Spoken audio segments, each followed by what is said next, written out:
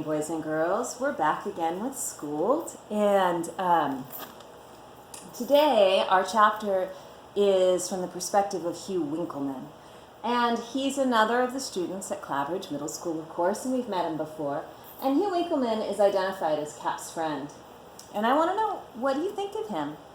What do you think of his choices so far as a friend, as a character in this book? From the choices and what you think of him, what character type is he?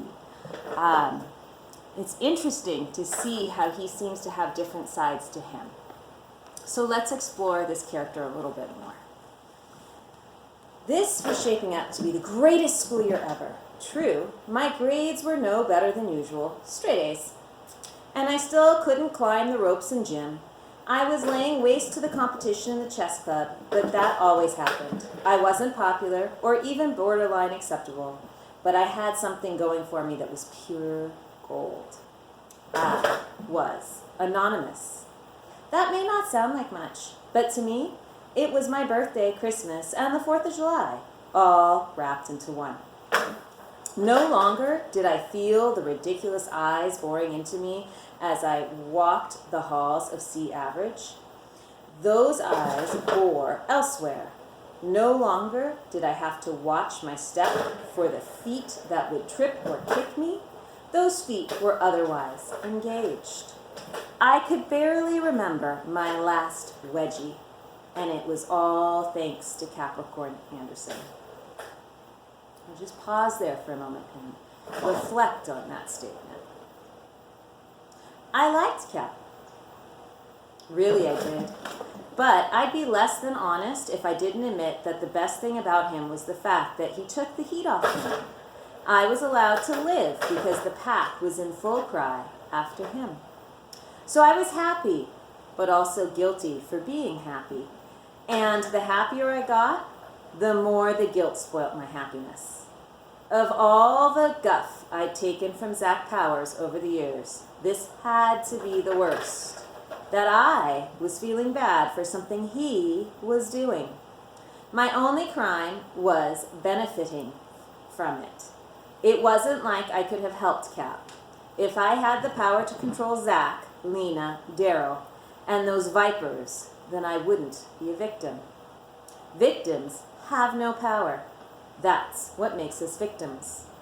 Anyway, this had gone far beyond just Zach's crew. It was the Luke Simard thing all over again. A wide-scale war of little attacks on Cap. The school bus was the bloodiest battlefield. In the building itself, there was a degree of order because there were teachers around. But on the bus, the only authority was the driver, Mr. Rodrigo.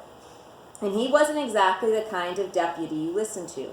He was older and standoffish. He kept his eyes on the road because if he checked the mirror, he might see something.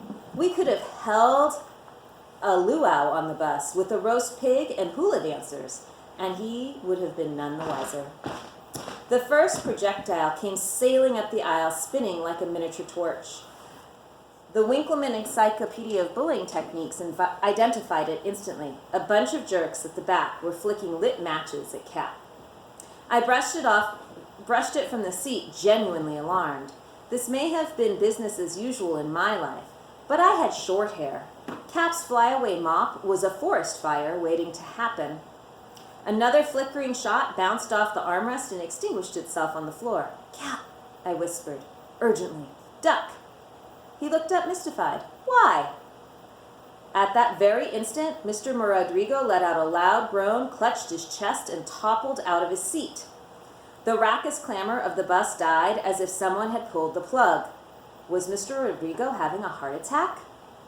I was so frozen with shock, nobody noticed that the bus was moving, inching forward into oncoming traffic.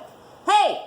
Cap shoved me out of the way and hit the floor running. He leapt over Mr. Rodrigo's still form and landed in the driver's seat, stomping on the accelerator. With the roar of the big motor, the bus lurched through the intersection, missing a dump truck by inches.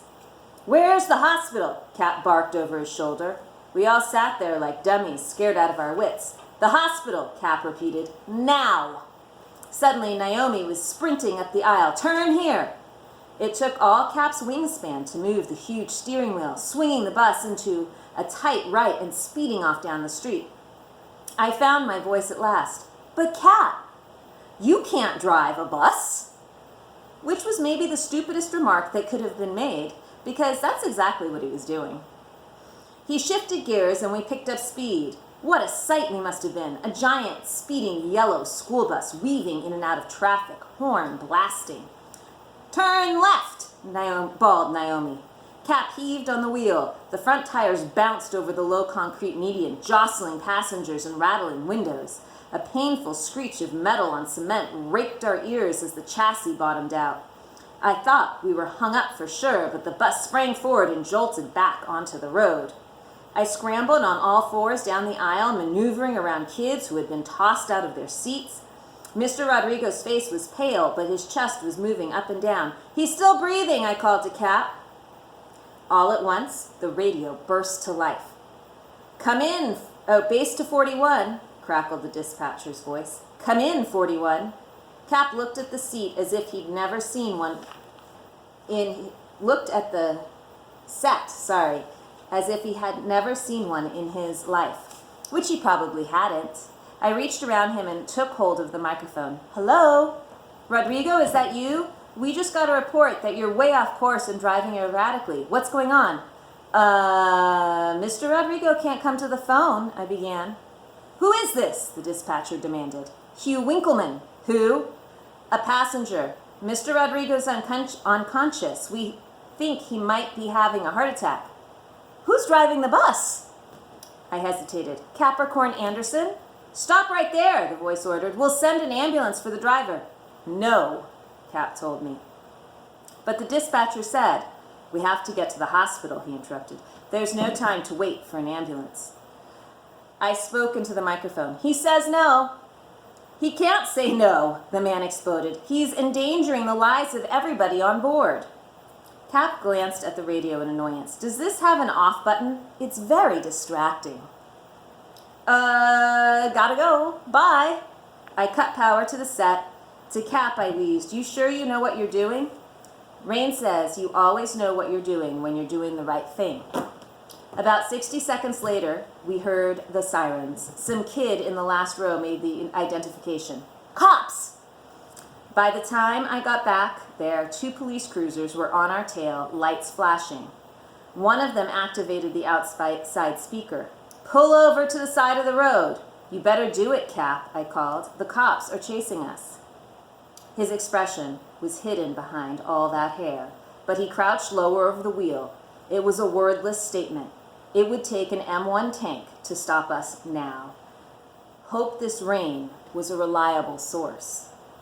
If Cap was just talking about wet weather, we were all up the creek without a paddle.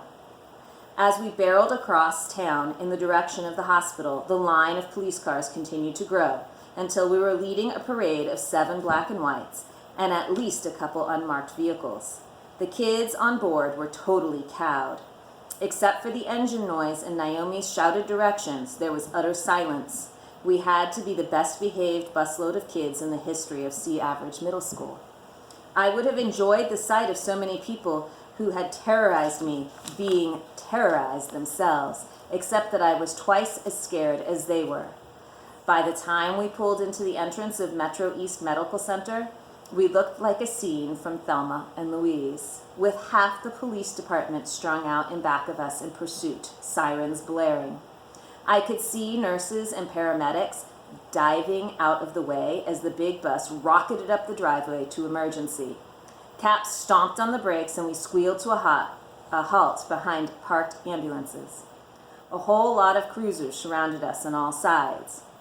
The hospital guys were angry at first, but as soon as they caught a glimpse of Mr. Rodrigo, they were all business. The fallen driver was rushed into the building on a stretcher. No sooner had the automatic doors swallowed him up than the first officer stomped up the stairs of the bus. "You're in a lot of trouble, kid." The police made Cap lie face down in the aisle while they cuffed his hands behind his back. It was like something out of an episode of Cops. They were treating him like a criminal, which I guess a school bus hijacker technically was. We watched in awe as they hauled him roughly to his feet and marched him out to a squad car.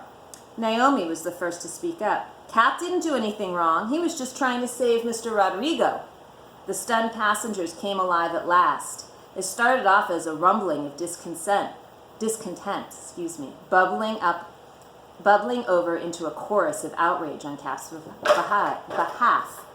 Quit pushing the guy around. He's a hero. He didn't hit anything. The arresting officer wasn't buying it. Quiet, he bellowed. Now listen, I'm sending a patrolman in to drive this bus back to school. I don't want to hear a peep out of any of you in the meantime. A door slammed as Cap was locked in the back of a cruiser. It was a terrible moment, and doubly terrible for me, because I wasn't proud of what was going on in my head just then. Cap had just been arrested at gunpoint. Mr. Rodrigo was in danger of his life. And what was I thinking about? That if Cap went to jail, I would be back in business as the #1 punching bag at C Average Middle School. I was a worm, but at least I had the strength of character to be ashamed of it. And that, my friends, is why I want you to think about, what do you think of his choices? And as a friend, what do you think of him? Do you think his ideas are reasonable? Look forward to seeing your comments later. Catch you in class. Bye.